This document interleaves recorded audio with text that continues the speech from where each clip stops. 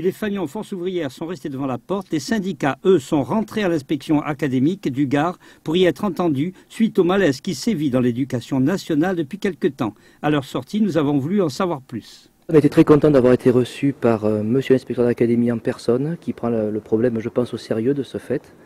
Voilà, le problème, c'est que même s'il est sensible aux arguments qu'on a développés, il est tenu par une rigueur budgétaire.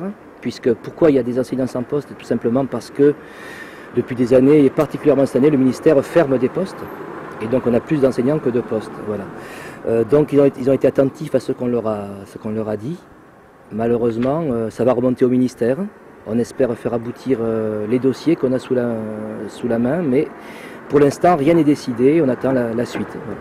Manque de postes, manque de classes, les syndicats s'insurgent, car en fin de compte, aucune solution. Nous avons dans le Gard 32 collègues qui sont sans poste, affectés sur des écoles, comme on dit, en surnombre, c'est-à-dire pour faire tout et n'importe quoi, sauf enseigner, bien entendu.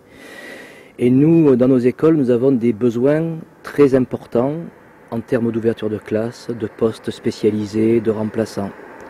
Et parallèlement à ça, nous avons aussi 116 collègues qui veulent rentrer sur le département, qui viennent d'autres départements, souvent pour des raisons familiales, avec des situations aussi médicales ou sociales très graves, des situations de détresse réelles.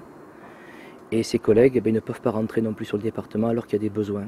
Et que bien sûr le ministre refuse de créer les postes nécessaires pour que nos écoles fonctionnent bien. La mobilisation va continuer et les syndicats multiplieront les actions. On va continuer à avoir des contacts avec l'inspection académique pour voir si ces dossiers avancent.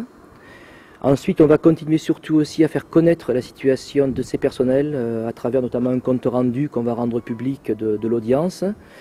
Une pétition qui est déjà lancée, qui est massivement signée déjà en quelques jours, donc qui va être très massivement signée dans les jours à venir, puisque même les parents d'élèves ne peuvent pas accepter qu'il y ait des besoins et que ces besoins ne soient pas assurés. Et puis, pourquoi pas peut-être saisir le préfet de ces situations dramatiques sur notre département.